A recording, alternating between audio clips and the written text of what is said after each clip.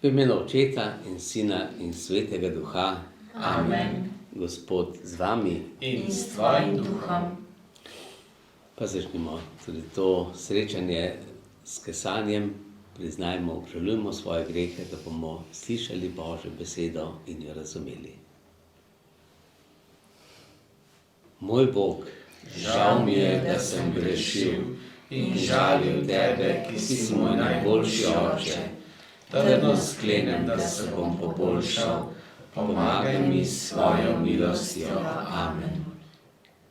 Oče naš, ki si v nebesih, posvečeno bodi tvoje ime, pridi k nam tvoje kraljestvo, zgodi se tvoja volja, kakor v nebesih, tako na zemlji.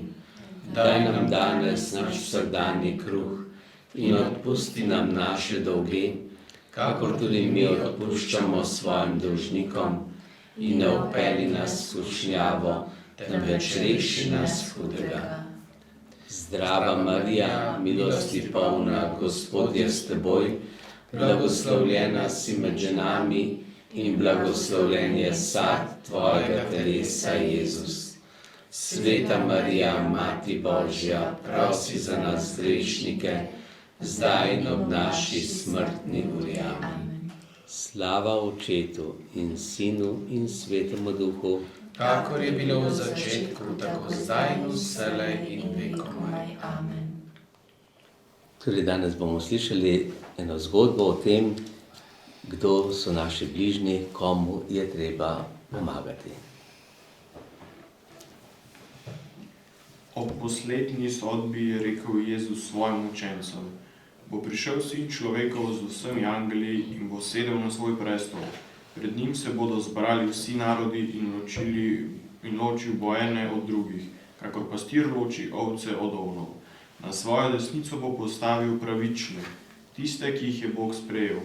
Rekel jim bo: Pridite in prejmite v posest kraljestvo, kajti lačen sem bil in ste mi dali jesti. Žejen sem bil in ste mi dali piti, nag sem bil in ste me oblekli, veječi sem bil in ste me obiskali, tujec sem bil in ste me sprejeli na svoj dom. Pravični mu bodo odgovorili: Kdaj smo te videli lačnega ali žejnega, veječi ali brez doma in smo ti pomagali? Kralj jim bo odgovoril: Kadarkoli ste pomagali zadnjemu, nepomembnemu človeku, ste pomagali meni. Nato se bo kralj obrnil konjem na levici. Proč izpred mene, bo ukazal, kajti lačen sem bil in mi niste dali jesti, žejen sem bil in mi niste dali piti, nag sem bil in me niste oblekli, nikoli me niste obiskali veječi ali povabili na svoj dom.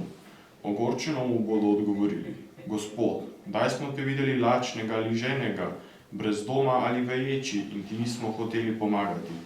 Kralj bo odgovoril: Vsakokrat, ko ste nekoga zavrnili in niste hoteli pomagati, še tako nepomembnemu človeku v potrebi, ste odklonili pomoč meni.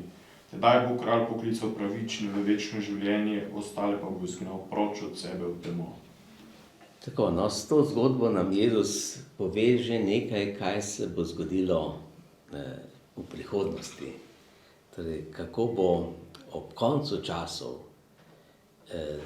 Zato uporabi to priliko o ovcah in kozlih ali ovnih. Tukaj nimamo tako veliko navad, toliko opravka z ovcami in kozli, kot imajo tam v Sveti deželi. Tam so navajeni bili, vsaj tudi v tem času, še bolj na to življenje s pastirji, ki so čuvali ovce in to je bila ena izmed glavnih prehrambenih industrij takrat v tem času, ne. No in je pa važno, da vemo, tukaj smo, tako kot so ovce pa kozli, se podnevi pasejo skupaj, po noči pa ločijo ovce in kozle. Zakaj? Zato, da imajo mir, da lahko ovce počivajo in to, drugače so pa kozli jih znamirjajo in no in tako so pastirji vedeli, kozle morajo zvečer dati posebej, drugače ne bojo spali ne oni, ne ovce. In posebej še, če so bile kakšne ovce breje ali pa če so imeli majhne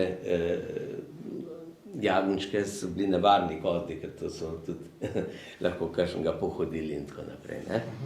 No in tukaj Jezus uporabi to priliko, da pove, kako bo z nami. Tukaj smo vsi skupaj, smo dobri in slabi, grešniki in ne, manj ali bolj grešni, ampak po smrti bo pa drugače. Tam pa ne bo prostora, v Božjem kraljestvu ne bo prostora za koga? Za grešnike. Ne? V nebesih bo vse samo dobro. Ne? In zato Jezus naprej že pove, da bo takrat, da bo ob smrti bo ena ločitev, bo ena sodba. Ne? Jezus je na drugačen način tudi razlagal, ampak tukaj je dal to primero. Torej, kaj nas čaka potem po smrti? In zdaj, kdo bo šel na desno, kdo bo šel na levo? Kdo bo šel v nebesa, kdo ne bo šel v nebesa? Tisti, ki dela dobro, ne? Bo šel v nebesa. Ja, tisti, ki dela dobro. Ampak zdaj, kaj je to delati dobro? Ki pomaga bližnjemu, ne? Ja, tako. Se pravi, glavna tista stvar bo, odločilno bo, kakšno ljubezen imamo. Ne? Ljubezen je tista, je bistvena. In ljubezen do vsakega, ne? Do vsakega človeka.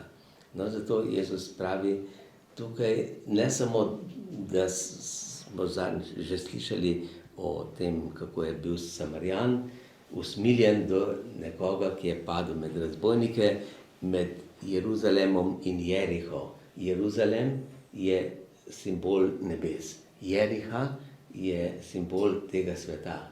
Jeriha je mesto, ki je dol v Jordanu in pravijo v zgodovini najmanj 20-krat je bila porušena in novo pozidana. Ne? To je tam na takem pomembnem mestu, da so jo vedno znova osvajali in potem obnavljali. No, podoba tega našega življenja, zemeljskega in nebeškega. Ne? Mi smo vsi na poti v Jeruzalem. Gremo torej proti nebeškemu kraljestvu. No, zdaj tukaj je važno, da znamo, da vemo, kako je, če se srečujemo s ljudmi, ki trpijo, kako jim je treba pomagati. In ta pomoč je podobno kot usmiljen Samarijan, se pravi, Jezus se pa tukaj še malo bolj razgovori in pove. Torej, prva stvar je, da se on istoveti tudi s tem razbojnikom, ki je padel, torej s tem človekom, ki je padel med razbojnike, ne? Ali pa s zadnjim revežem v Indiji ali v Afriki ali kjerkoli, ali pa tukaj pri nas. Ki rabi pomoč, ne? Ki rabi pomoč, ne? Jezus rabi pomoč. Jezus je vzel nase človeško naravo, zato da bi lahko pokazal, da je vsakemu človeku blizu. Ne? In zato Jezus pravi, kar ste storili komu najmanjših, ste meni storili. Ne? In to se je to pokazalo recimo pri svetem Martinu. Kaj je znano za svetega Martina? Plašč je dal na pol. Pol plašča je dal revežu. In Jezus mu je to povedal in se mu zahvalil. Kako? V sanjah se mu je prikazal oblečeno tisto polovico plašča. In je rekel, Martin, hvala, ker si me danes ogrel s pol tvojega plašča. Ne? In takrat je šele Martin spoznal res to, kako je Jezus navzoč v teh bolnih, trpečih, revežih in je potem vse življenje skrbel za te ljudi. Ne? Tudi potem kot škof, takrat je bil še vojak, še sploh ni bil niti duhovnik, ne? In potem je bil pa škof in je vedno pomagal. Ne? In so nekateri, ki tudi niso sprejeli njegove pomoči. Ne? Zakaj? So bili berači tam v tistem mestu Tur, kjer je bil škof, in ko je prišel Martin mimo, so nekateri kar zbežali stran. Ja. Pa so rekli, pa kaj se bojite, se škof Martin ima vse rad, blagoslovi in če je kakšen bolan tudi ozdravi. So rekli, ja se to, če bomo ozdravili, pa ne bomo več dobili miloščine. Bo pa treba delati. občutljivost, ne? Ja, ne, tako da so nekateri ljudje, ki nočejo tega, ne, nočejo pomoči, zato ker bojo potem pač prisiljeni sami nekaj narediti. Ne. Ampak načeloma je pa vsak vesel, kdor dobi kakšno tako pomoč, ne, in Bog je tudi vesel. No, tako da, gledajte, je pomembno, kako mi gledamo. Ne. Tudi, če gledamo misionarji, ki pomagajo revnim v misijonih, ali pa tudi, ki je pri nas sodelavci župnijske Karitas, ki pomagajo tistim, ki so v stiski, to lahko pomaga nekdo tako, da da kaj? Svoj čas, svoje znanje, svoj denar, svoje obleko, hrano in tako naprej. Ne? Lahko damo tem ljudem, ki so nam tukaj blizu, lahko pa takim, ki so daleč. Ne? Lahko tudi vojna v Ukrajini zdaj, ali pa včasih so bile kje drugje, ali pa ko je potres, ne? Pa damo. In tukaj se pokaže, in če gledamo na splošno, kristjani zelo, zelo veliko damo, ne, za revne. Če primerjamo z drugimi verskimi skupnostmi, mi daleč največ krščanske dežele oziroma ta krščanski svet. Tudi te dežele, ki niso več tako krščanske, ampak imajo še krščanske korenine. Imajo še to zavest, moramo nekaj narediti oziroma dati, deliti z drugimi, pomagati z drugimi. Ne? No, zato Jezus tudi daje že zdaj eno spodbudo s tem, da pove, tisti, ki bo delal dobro, bo nagrajen. Ne? Temu bo poplačano, bo povrnjeno.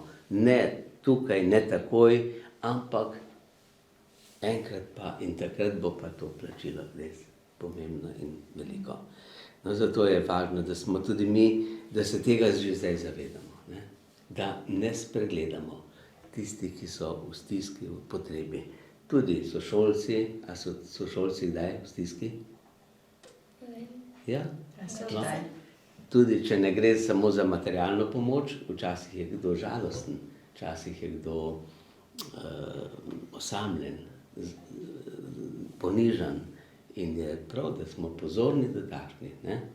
Ne gre samo za materialno revščino, ampak tudi duhovno. Tudi eni ne poznajo Boga. Mi ga pa poznamo. No? In kaj? Lahko kaj naredimo? Lahko kaj rečemo? Ja, lahko. Če kdo je žalosten ali pa v strahu, pa reče, še imamo tudi angele, ki nas varujejo. Sej imamo tudi Marijo, ki nas čuva. Ne? Imamo Jezusa, ki je vedno nam blizu. Ne, tako da tudi tukaj lahko vidimo tiste, ki so morda duhovno revni, ne, pa ki, se pravi, nimajo veselja, pa jim lahko nekaj naredimo, da bodo veseli. Ne. Nimajo upanja, pa jim pomagamo, da dobijo upanje, ali pa kakšno drugo težavo, ki jo imajo. Če rečeš, a kaj zmolim za tebe, ja. Pa je vsak vesel. Ja, dej, ja. Dej, še zame zmoli. Ja. In še nekaj, blagoslov je čudovita stvar. Kaj pomeni blagoslov? Lepa beseda, lepa Božja beseda. Bog te ima rad, Bog ti bo pomagal, Bog te bo rešil. Ne? In včasih kako so blagoslavljali? Tako, da so dali roko na glavo, položili roke. Ne? Tako da mi velikokrat duhovniki blagoslavljamo, razprostemo roke ali pa damo tudi roko nekomu na glavo ali pa škof da tudi na ramo. Ne? To je blagoslov, pomeni moja stvar si, moj prijatelj si. Ne? In pa zdaj tako, da križek naredimo, ne, na čelu. Ja, tako, lahko damo samo, položimo roko, lahko naredimo križ in to je vedno dobrodošlo. Ne. Jaz se spomnim, ko sem bil v Nigeriji, tam so videli, da sem duhovnik, to so kar leteli k meni, mladi, otroci, starejši, bless me, blagoslovi me. In tam sem toliko blagoslavljal v 2-3 dneh, kot še nikoli drugje. Ja, In to ste roko položil na glavo? Ne, sklonijo glavo in Ja. potem pa duhovnik položi roko na glavo. Ja. To je res. Tam so ljudje, ki čakajo, hrepenijo po blagoslovu, pomeni po Božjem dotiku. In Bog se dotika tudi človeka, preko kristjana, preko duhovnika. Ne? Zato je tako pomembno, da starši blagoslovite otroke zvečer, zjutraj, predno gredo v doma in tako naprej. Pa tudi otroci, da blagoslovite svoje starše, da jim date križ in se zahvalite. Ne? In to je, ne? Naredite nekaj dobrega. Ne? Posebno, če vidite kdaj, da je nekdo žalosten, da je nekdo v skrbeh, takrat molite in potem še blagoslovite. In tako bomo tudi zdaj zapeli pesem Usmiljeni Jezus, ozri se na me, iskrene se dvigajo k tebi želje.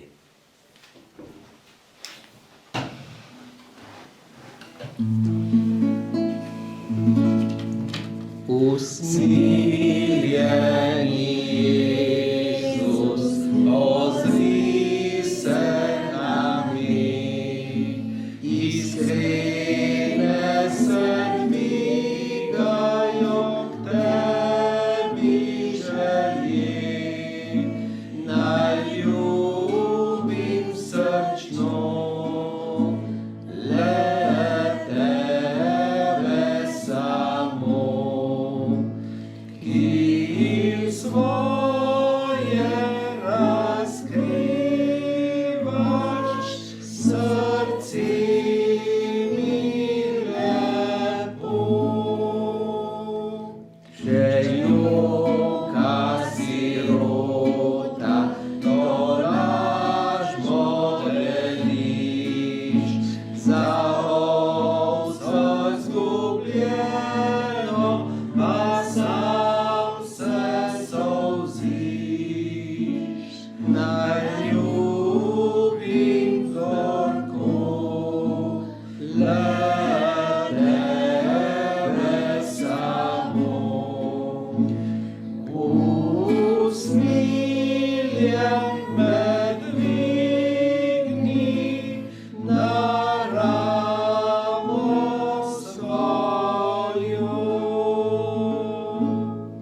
Kot družbo nebeško boš srca jemal, boš zvesto ljubezen najvišje dejal. Naj ljubim zvesto le tebe samo. O, sprejmi me k sebi, veselo nebo.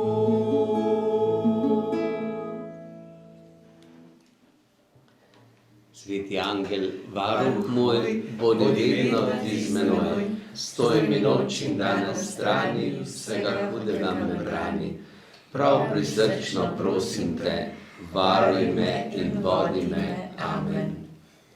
Gospod z vami, In s tvojim duhom. blagoslov vsemogočnega Boga, Očeta, Sina in Svetega Duha naj pride nad vas in naj vedno med vami ostane.